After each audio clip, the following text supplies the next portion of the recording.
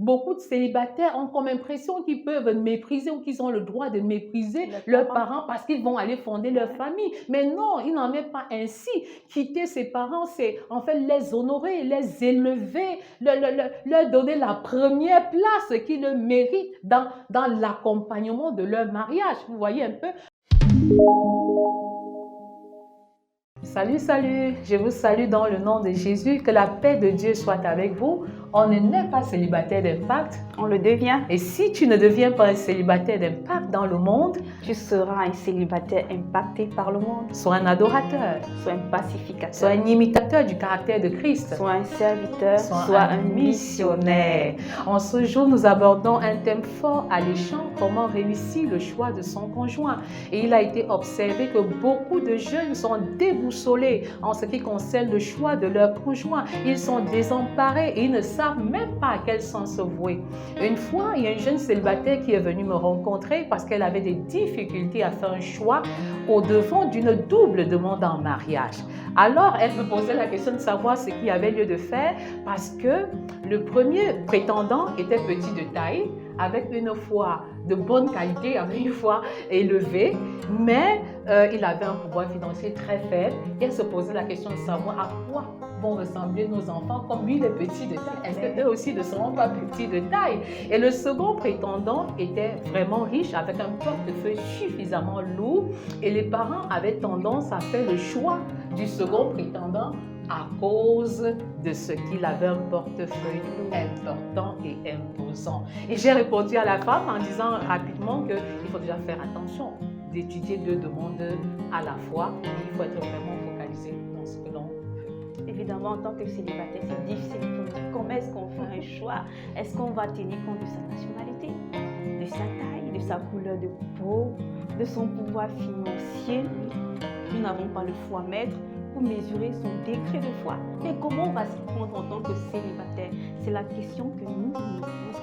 Et cela est d'autant plus pertinent que beaucoup de jeunes portent des masques spirituels quand ils veulent se marier. Mais comment est-ce qu'il faut véritablement opérer le choix? À l'Académie célibataire d'impact, nous insistons sur 3 critères fondamentaux. Critère numéro 1, un amour inconditionnel pour Dieu. Critère numéro 2, un amour inconditionnel et mutuel pour la personne à épouser. Critère numéro 3, un amour pour la mission qui consiste à aller et à faire de toutes les nations des disciples. Mais d'entrée de jeu, nous allons mettre l'accent sur le principe numéro 1. Et la question à poser, c'est comment aimer Dieu de manière inconditionnelle? C'est ça le plus difficile, c'est ça la grande question. Je suis né de nouveau, mais comment est-ce que je dois démontrer cet amour inconditionnel pour Dieu? Première chose, il faut consulter Dieu. Il faut consulter Dieu, et pour consulter Dieu, il faut être né de nouveau, il faut intégrer sa famille pour pouvoir communier avec lui. Et vous ne pouvez pas envisager un projet de mariage en dehors de Dieu, qui est l'auteur, le créateur, le fondateur du mariage. C'est Dieu lui-même qui définit les critères d'un choix réussi. Vous voyez, Dieu a dit dans Genèse 2 au verset 24, l'homme quittera son père et sa mère, s'attachera à sa femme et ils deviendront une seule chair. Et vous allez vous rendre compte que, chers célibataires, chers internautes qui nous écoutez en ce moment, que Abraham a donné des critères précis et concis à son serviteur quand il fallait choisir une épouse pour son fils Isaac. Il a demandé de ne pas choisir une femme parmi les Cananéennes. Et plus tard, cette idée de critères est renchérie par l'apôtre Paul qui demande de ne pas se mettre avec des infidèles sur un joug étranger. En d'autres termes, il faut éviter d'épouser un païen quand vous êtes chrétien. Évidemment, la question qu'on peut se poser, est-ce que tu es chrétien en tant que célibataire?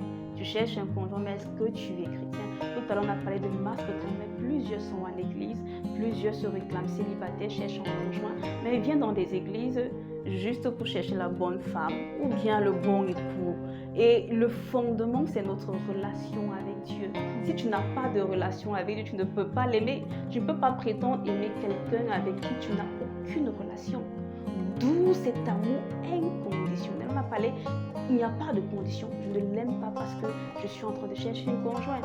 Beaucoup de célibataires sont en train de prier parce qu'on veut un conjoint. On veut une épouse, on veut un époux. Tout ce qu'ils demandent à Dieu, c'est un époux. Et on porte des masques, on vient à l'église, on s'assoit sur les bancs de l'église, on fait toutes les activités. Et ça peut vraiment prêter à confusion. Wow. En plus de bâtir une relation avec Dieu et de le consulter en permanence et surtout être obéissant à la direction de sa voix, il est important d'aimer Dieu de tout son cœur. Comme nous le dit Marc 12 au verset 30, comment aimer Dieu de manière inconditionnelle de tout son cœur, de toute son âme, de toute sa pensée et de toute sa force. C'est-à-dire que le Dieu que nous servons veut être vraiment la priorité des priorités dans tout ce que nous entreprenons. Le centre de notre vie. Ah oui, le centre de notre vie. Et je crois véritablement, Sigal, que si nous sommes au centre, si nous mettons le Seigneur Jésus-Christ au centre de notre vie en général et au centre de notre célibat, il nous sera plus facile de choisir le conjoint dans le conjoint. Effectivement, mettre Dieu au centre de sa vie. Quelles sont les choses que Dieu est prêt à faire pour Dieu? Même s'il ne t'accordait pas ce mariage que tu attends depuis très longtemps, est-ce que tu es prête à aller un peu plus loin avec Dieu? Sur quoi est-ce que tu es focalisé? S'il fallait que Dieu éprouve ton amour pour lui à travers un célibat qui peut mettre loin, est-ce que tu seras prêt? Est-ce que tu ne conditionnes pas Dieu? Pourquoi est-ce que tu dis tu aimes Dieu? Et parfois répondre à la question jusqu'où je suis prête à aller avec Dieu. Effectivement, jusqu'où je suis prêt à payer le prix pour aller avec Dieu, surtout quand le célibat semble traîner, ou bien je veux dire quand le célibat semble se prolonger, ou quand le mariage semble traîner, entre guillemets. Parce que Dieu, lui, n'est jamais en retard. Il est toujours à l'heure, même quand il vient 4 jours après la mort de Lazare. Donc ça, c'est très clair. Comment aimer Dieu de manière inconditionnelle? Alors, il faut aimer de l'amour divin. Il faut aimer comme Jésus a aimé. Dans Jean 13, à partir des versets 33, il est écrit, c'est Jésus qui parle, « Je vous donne un commandement nouveau. Aimez-vous les uns les autres comme moi je vous ai aimé. » C'est-à-dire, on parle d'un commandement nouveau, c'est comme s'il y a quelque chose d'extraordinaire. C'est-à-dire que dans l'Ancien Testament, on parlait de l'amour, mais pas de l'amour sacrificiel de Christ. Donc, si vous voulez véritablement choisir votre conjoint de manière réussie, entraînez-vous à aimer Dieu de l'amour divin, de l'amour sans condition, de l'amour qui est stable.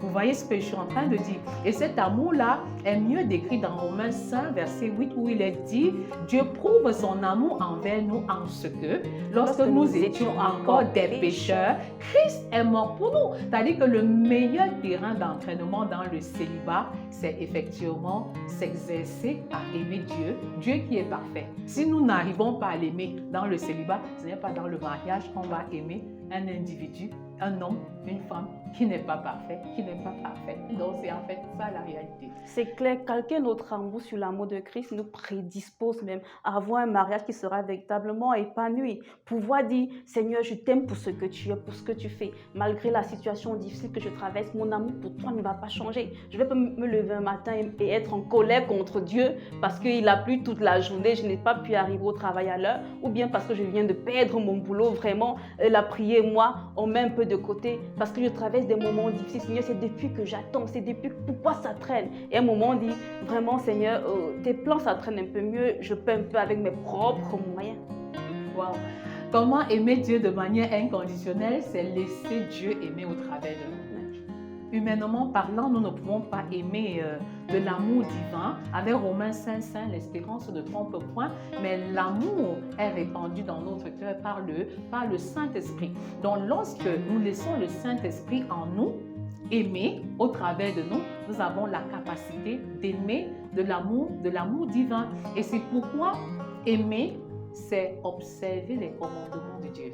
Et seul Dieu est capable de mettre en pratique ses commandements. Jean 14, verset 21 nous donne la démonstration et une bonne illustration à cet effet. Celui qui a mes commandements et qui les garde, c'est celui qui m'aime. Celui qui m'aime sera aimé de mon Père, je l'aimerai et je me ferai connaître à lui. Le Seigneur va se révéler à toi, célibataire, parce que tu l'aimes, parce que tu as le désir de mettre en pratique ses commandements, parce que tu as le désir d'obéir à sa voix, d'écouter à la direction intérieure du Saint-Esprit qui a élu domicile en toi depuis que tu es devenu enfant de Dieu. C'est ça qui est la bonne nouvelle, avoir une véritable communion avec Dieu, avec sa parole, parce que Dieu, c'est sa parole. Au commencement était la parole. La parole était avec Dieu et la parole était Dieu. Donc je pense que si les célibataires prennent vraiment l'engagement de lire la parole, de mettre en pratique la parole, de se remplir de la parole, ils auront moins de difficultés à choisir le conjoint ou la conjointe quand le moment est passé. Ça, c'est clair. Et ça demande mourir en soi. Il faut que je meure en mes projets, pour que les projets de Dieu puissent prendre forme dans moi, dans ma vie. Donc, si je dis j'aime Dieu, alors je mets mes projets de côté et je dis à Dieu, c'est quoi ton projet pour moi? Ça, c'est également un signe de notre amour inconditionnel pour Dieu. Et je trouve ça fort intéressant. Je me rappelle, il y a 17 ans, quand mon mari me demandait la main, on était tous dans le champ de mission. On était vraiment tous dans le champ de mission et le principal critère sur lequel je m'étais appuyée pour répondre, c'était vraiment qu'on avait une vision commune. On regardait ensemble dans la même direction en termes de ministère, en termes de vie chrétienne, en termes de foi. Et ce fut vraiment une grosse bénédiction pour nous que de regarder ensemble dans la même direction. Et je voudrais encourager un célibataire, une célibataire, un internaute qui nous écoute maintenant à jauger jusqu'où il est prêt à payer le prix pour expérimenter un amour inconditionnel pour Dieu. Oui, un amour inconditionnel pour Dieu. Et tu peux t'évaluer, toi qui m'écoutes, en te focalisant sur les 10 commandements. Essaye de t'approprier les 10 commandements. Les 10 commandements disent quoi? Je suis l'Éternel, ton Dieu, tu n'auras point d'autre Dieu devant ma face. Est-ce que le Dieu que tu sais, c'est vraiment le Dieu du ciel et de la terre? Ou alors tu t'es façonné un autre Dieu, un Dieu qui ne répond pas aux prières, un Dieu des Baals, ou un autre Dieu qui est vraiment imaginaire? Tu ne te feras pas d'idole. Est-ce que ton intelligence n'est pas une idole? Est-ce que tes études ne sont pas une idole? Est-ce que tes parents ne sont pas une idole? Alors tu ne prononceras pas le nom de l'Éternel en vain. Mais combien sont les célibataires qui disent Dieu m'a révélé que je dois me marier, alors que ce n'est que l'expression de leur pensée, de leur subjectivité, de leurs émotions et tout, ne pas prononcer ce nom en vain. Au nom de ton Père éternel, c'est un autre commandement au travers duquel tu peux t'évaluer. Beaucoup de célibataires ont comme impression qu'ils peuvent mépriser ou qu'ils ont le droit de mépriser leurs parents parce qu'ils vont aller fonder leur famille. Mais non, il n'en est pas ainsi. Quitter ses parents, c'est en fait les honorer, les élever, leur donner la première place qu'ils méritent dans l'accompagnement de leur mariage. Vous voyez un peu, même en coupant le cordon, il est important d'honorer, d'élever, de respecter les parents. Ça, c'est important. Il y a également le commandement qui demande de ne pas commettre l'adultère. Tu ne commettras point d'adultère. Il y a des adultères de l'intérieur, il y a des adultères de l'extérieur, des adultères que l'on commet même dans la pensée. Tu ne convoiteras point. Toutes les fois où quelqu'un se marie, tu es un peu jaloux. Tu crois que le mari d'autrui aurait pu être ton mari et tu es désemparé. Tu as du mal à te réjouir avec ceux qui se réjouissent, à pleurer avec ceux qui pleurent et ça devient véritablement quelque chose de très compliqué. Effectivement, comme Dr Naomi le dit, si vous prenez les 10 commandements et que vous vous mirez en fonction des explications données, vous pourrez mesurer, est-ce que je suis sur la bonne page? Le premier, tout simplement, le Seigneur ton Dieu, l'aimer de tout ton cœur, de toute ta force, de ta pensée. Est-ce que c'est vrai pour toi? Est-ce que tu n'as pas d'idole dans ta vie? Le travail pour toi peut être une idole. Même le mariage que tu cherches peut être déjà une idole. Une fin en soi, tu es seulement une sorte de finalité. Oui. Est-ce que tu es seulement focalisé sur je veux me marier, ça devient une idole. Véritablement, mis-toi sur tous ces commandements et dis, suis-je sur la bonne lancée? Est-ce que je suis en train de partir dans le sens où Dieu m'attend? Wow.